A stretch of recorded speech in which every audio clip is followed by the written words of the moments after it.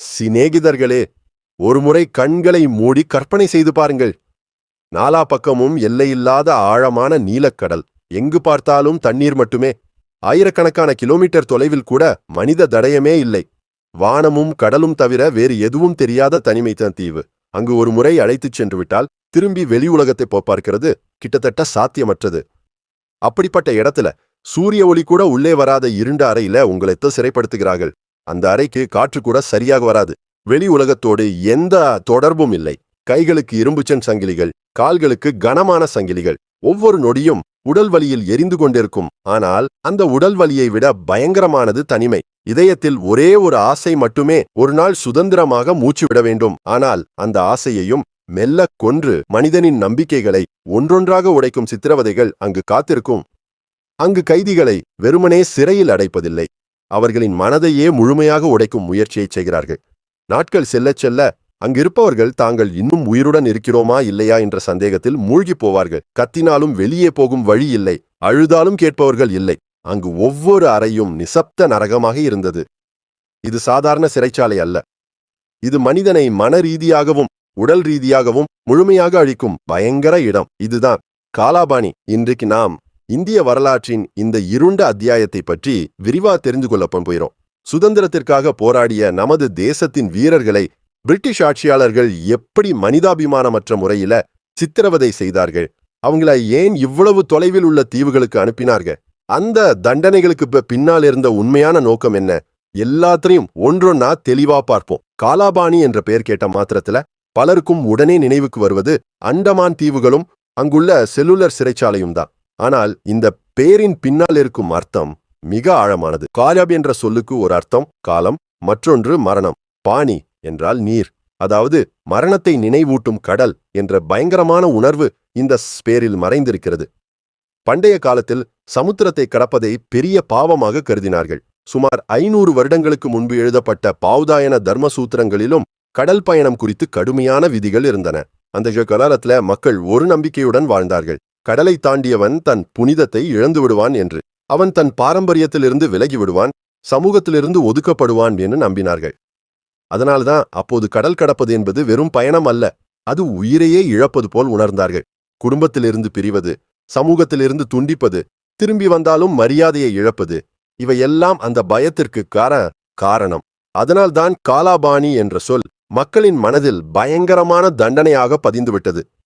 பிரிட்டிஷ்காரர்கள் இந்த பயத்தை தங்களுக்கு சாதகமாக பயன்படுத்தி கொண்டார்கள். அவங்களுக்கு நல்லாத்தே தெரியும், வெறுமனே சுட்டு கொன்றுவிட்டால் பிரச்சனை முழுமையா தீராது. ஒரு ஷஹீத் ஆயிரக்கணக்கான புதிய புரட்சியாளர்களை உருவாக்கி விடுவான். அதனால்தான் அவங்க இந்த வீரர்களை அவங்களின் சமூகத்திலிருந்து, குடும்பத்திலிருந்து, அவங்களின் அடையாளத்திலிருந்து முழுமையா பிரித்து விட வேண்டும் என்று முடிவு செய்தார்கள். இதையே சமூக மரணம் என்று அழைத்தார்கள். இந்தியாவிலிருந்து 1255 கிலோமீட்டர் தொலைவில் உள்ள அண்டமான் தீவுகளுக்கு ஒரு புரட்சியாளரை அனுப்பினால் அவருக்கு தன் தர்மம், தன் நாடு, தன் அடையாளம் எல்லாம் நிரந்தரமாய் இழந்துவிட்டதாக உணர்வார். மகாத்மா காந்தியும் படிப்புக்காக இங்கிலாந்து செல்லும் போது தன் ஊர்வாசிகள் அவரை ஒதுக்கியதை நாம் பார்த்திருக்கிறோம். இப்போது அந்த சிறைச்சாலையை பற்றி தெளிவாக பார்ப்போம். 1896 கட்டுமானம் தொடங்கி 10 வருடங்கள் ஆனது. சுமார் 5,17,000 ரூபாய் செலவானது. மிகவும் ஆச்சரியமான விஷயம் என்னவென்றால் இந்த சிறையை கட்டியவர்கள் வேறு யாரும் இல்லை, பின்னர் அதிலேயே அடைக்கப்பட்ட அந்த கைதிகள் தான். பர்மாவிலிருந்து சிவப்பு செங்கல், ஆயிரக்கணக்கான கன அடி கற்கள் கொண்டு வந்து அடர்த்தியான காடுகளை வெட்டி 7 விங்குகள் கொண்ட இந்த பெரிய சிறையை நிர்மாணித்தார்கள். ஒவ்வொரு செல்லின் அளவு 13.5 அடி நீளம், 7 அடி அகலம் மட்டுமே. இந்த சிறையின் வடிவமைப்பு உலகிலேயே மிகவும் பயங்கரமான வடிவமைப்புகளில் ஒன்று. நடுவில் ஒரு பெரிய வாட்ச் டவர், அதைச் சுற்றி 7 தனித்தனி விங்குகள். ஒரே ஒரு காவலாளி மட்டும் எல்லா செல்களையும் பார்க்க முடியும். ஆனால் கைதிக்கு காவலாளி தன்னை பார்க்கிறாரா இல்லையா என்கிறது ஒருபோதும் தெரியாது. இது கைதிகளிடையே நிரந்தர பயத்தை உருவாக்கியது. இங்கு கைதிகளை குழுக்களாக அல்ல, ஒவ்வொருவரையும் தனித்தனி செல்களில் வைத்தார்கள். பல வருடங்கள் பக்கத்து செல்லில் இருக்கும் நபரின் முகத்தை கூட பார்க்க முடியாது, பேசவும் முடியாது. இந்த தனிமை மனித மனதை மெல்லச் சிதைத்து உடைத்தது. காலாபாணி தண்டனை விதிக்கும் போது கைதிகளின் கைகளில் சங்கிலி போட்டு கப்பலில் ஏற்றினார்கள். சென்னை அல்லது கொல்கத்தாவிலிருந்து அண்டமானுக்கு செல்ல 3-4 நாட்கள் ஆகும். அங்கு வந்ததும் ஒரு மெல்லிய துணி, லாங்கோட் மற்றும் கழுத்தில் இரும்பு அடையாளத் தகடு கொடுப்பார்கள். சிறையில் தினசரி வாழ்க்கை எவ்வளவு பயங்கரமா இருந்ததென்றால் ஒவ்வொரு நாளும் ஆயிரக்கணக்கான தேங்காய் மூடிகளை துளைப்பார்கள். கைகளின் தோல் உரிந்து ரத்தம் வடியும். ஆனால் அதைவிட பயங்கரமானது கோலு நடத்துவது. ஊரில் எருமைகள் சக்கரம் திருப்பி எண்ணெய் எடுக்கும் அல்லவா, அதே வேலையை மனிதர்கள் செய்ய வேண்டும். 11 முதல் 12 மணி நேரம் வரை ஓயாமல் உட்காராமல் பெரிய இரும்பு சக்கரத்தை திருப்ப வேண்டும். களைப்பில் நின்றால் ஜமாதார் சாட்டையடி உடலின் தோலை பிளக்கும். மாலை 6 மணிக்கு செல்களை பூட்டி விடுவார்கள். மறுநாள் காலை 6 மணி வரை திறக்க மாட்டார்கள். இந்த இடைப்பட்ட நேரத்தில் கழிப்பறைக்குச் செல்ல அனுமதி கிடையாது. ஒவ்வொரு செல்லிலும் ஒரு சிறிய மண் பானை இருக்குமோ, அது இரவுக்குள் நிரம்பி விடுமோ. அவசரமானால் அதே அறையில் சுவரிலோ தரையிலோ மலம் சிறுநீர் கழிக்க வேண்டும். காலையில் அதே கைதியை கொண்டு சுத்தம் செய்து மீண்டும் சித்திரவதையில் ஈடுபடுத்துவார்கள்.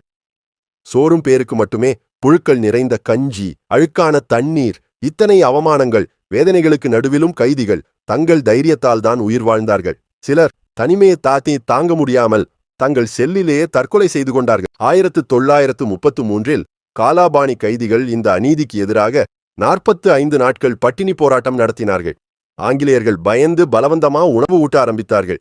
அந்த சமயத்தில் மகாவீர் சிங், மோகன் கிஷோர், மோஹித் மோஹத்ரா போன்ற வீரர்கள் ஷஹீதானார்கள். அவர்களின் உடல்களை மரியாதை இல்லாமல் பைக்குள் போட்டு கடலில் வீசினார்கள். ஒரு வருடத்துக்கு ஒரே ஒரு முறை மட்டுமே வீட்டுக்கு கடிதம் எழுத அனுமதி இருந்தது. அந்த கடிதத்தையும் எல்லா அதிகாரிகளும் படித்து பார்க்க. ஆனாலும் சில வீரர்கள் இரகசியமாக கடிதங்களை வெளியே அனுப்பி இந்த நரகத்தை பற்றி உலகுக்கு தெரியப்படுத்தினார்கள். 1937ஆம் ஆண்டு வந்தபோது காலாபாணி சிறைச்சாலையின் உண்மைகள் வெளி உலகத்திற்கு கொஞ்சம் கொஞ்சமாக தெரிய வந்தன. அங்கு கைதிகள் அனுபவிக்கும் மனிதாபிமானமற்ற சித்திரவதைகள் பற்றி நாடு முழுவதும் விவாதம் தொடங்கியது. இந்த நிலையை பார்த்த மகாத்மா காந்தி, ரவீந்திரநாத் தாகூர் போன்ற தலைவர்கள் கடுமையாக கண்டனம் தெரிவித்தார்கள். சுதந்திரத்திற்காக போராடியவர்களை இப்படிப்பட்ட நரகத்தில் அடைப்பது மனிதாபிமானத்திற்கு எதிரானது என்று பகிரங்கமாக விமர்சித்தார்கள். அவர்களின் அழுத்தம் மற்றும் நாடு முழுவதும் எழுந்த மக்கள் ஆத்திரத்தின் காரணமாக பிரிட்டிஷ் அரசு இறுதியில் சில அரசியல் கைதிகளை விடுதலை செய்ய தொடங்கியது. பல வருடங்கள் இருண்ட அறைகளில் வேதனை அனுபவித்த அந்த கைதிகள் மீண்டும் வெளிச்சத்திற்கு வந்தார்கள். ஆனால் அப்போதே பலர் தங்கள் உடல் நலம், வாழ்க்கை மற்றும் மகிழ்ச்சியை இழந்திருந்தார்கள். ஆனால் காலாபாணி கதை அங்கு முடியவில்லை. 2ஆம் உலகப் போர் தொடங்கிய பிறகு நிலைமைகள் மீண்டும் முழுமையாக மாறின. 1942இல் ஜப்பான் படைகள் அண்டமான் தீவுகளை ஆக்கிரமித்தன. முதலில் பிரிட்டிஷ் ஆட்சியிலிருந்து விடுதலை கிடைத்துவிட்டதோ என்று சிலர் நினைத்தார்கள். ஆனால் சிறிது காலத்திலேயே ஜப்பான் ஆட்சியும் மிக கொடூரமாக மாறியது. சந்தேகம் வந்தவர்களை கைது செய்வது, சித்திரவதை செய்வது, சிலரை கொலை செய்வது போன்ற சம்பவங்கள் நடந்தன. அண்டமான் மக்கள் மீண்டும் பயத்துடன் வாழ வேண்டியதாயிற்று. ஒரு வெளிநாட்டு ஆட்சி போனாலும் இன்னொரு வெளிநாட்டு சக்தி அதே பயத்தை அங்கு மீண்டும் உருவாக்கியது. அந்த சமயத்தில்தான் இந்திய சுதந்திர போராட்ட வரலாற்றில் ஒரு உணர்ச்சிகரமான தருணம் நிகழ்ந்தது. 1943இல் நேதாஜி சுபாஷ் சந்திர போஸ் அண்டமான் தீவுகளுக்கு வந்தார். அவர் அங்கு இந்திய திரிகலர் கொடியை ஏற்றினார். வெளிநாட்டு ஆட்சியின் கீழ் எத்தனையோ வேதனைகளை பார்த்த அந்த மண்ணில் இந்திய கொடி பறப்பது அப்போதைய இந்தியர்களுக்கு பெரும் நம்பிக்கையை அளித்தது. இந்த நாடு ஒரு நாள் கண்டிப்பாக சுதந்திரம் அடையும் என்ற நம்பிக்கையை இன்னும் வலுப்படுத்தியது. காலாபாணி பயத்துக்கு நடுவிலும் சுதந்திர கனவு இறக்கவில்லை என்பதை அந்த நிகழ்வு உலகுக்கு காட்டியது. இன்றும் அண்டமானில் உள்ள செல்லுலர் சிறை நிற்கிறது. ஆனால் ஒரு காலத்தில் இருந்த 7 விங்குகளில் இப்போது 3 விங்குகள் மட்டுமே மிச்சம். மற்றவை காலத்தால் அழிந்துவிட்டன. ஆனாலும் அந்த மிச்சமுள்ள சுவர்கள் இன்னும் பல கதைகளை சொல்லிக்கொண்டே இருக்கின்றன. ஒவ்வொரு அறைக்கு பின்னாலும் ஒரு புரட்சியாளனின் வேதனை இருக்கிறது. ஒவ்வொரு இரும்பு ஜன்னலுக்கு பின்னாலும் ஒரு சுதந்திர வீரனின் குரல் ஒலித்துக் கொண்டிருக்கிறது. இப்போது அந்த சிறையை இந்திய அரசு தேசிய நினைவிடமாக மாற்றியுள்ளது. அங்கு நடத்தப்படும் லைட் அண்ட் சவுண்ட் ஷோ மூலம் அப்போதைய வேதனைகளையும் கைதிகளின் வாழ்க்கையையும் அவர்களின் தியாகத்தையும் பார்வையாளர்களுக்கு காட்டுகிறார்கள். அந்த கதைகளை கேட்கும்போது அங்கு உண்மையில் எவ்வளவு நரகம் நடந்தது என்பது மனதை தொடுகிறது. அந்த சுவர்களுக்கு நடுவில் நின்றால் அங்குள்ள அமைதியே ஒரு வரலாறாக தோன்றும். இந்த வீடியோவை சுதந்திரத்திற்காக தங்கள் உயிரையே அர்ப்பணித்த அந்த எல்லா ஷஹீதர்கள், புரட்சியாளர்கள், தெரியாத வீரர்கள் அனைவருக்கும் சமர்ப்பணம் செய்கிறோம். உங்களுக்கு இந்த வீடியோ பிடிச்சிருந்தால் கண்டிப்பா லைக் செய்யுங்க, ஷேர் பண்ணுங்க, சப்ஸ்கிரைப் செய்யுங்க. அடுத்த வீடியோவில் எந்த வரலாற்று தலைப்பை பற்றி தெரிஞ்சு கொள்ள விரும்புகின்றீர்கள் என்பதை கமெண்டில் சொல்லுங்கள். மீண்டும் ஒரு சுவாரஸ்யமான கதையுடன் சந்திப்போம். ஜெய் ஹிந்த்.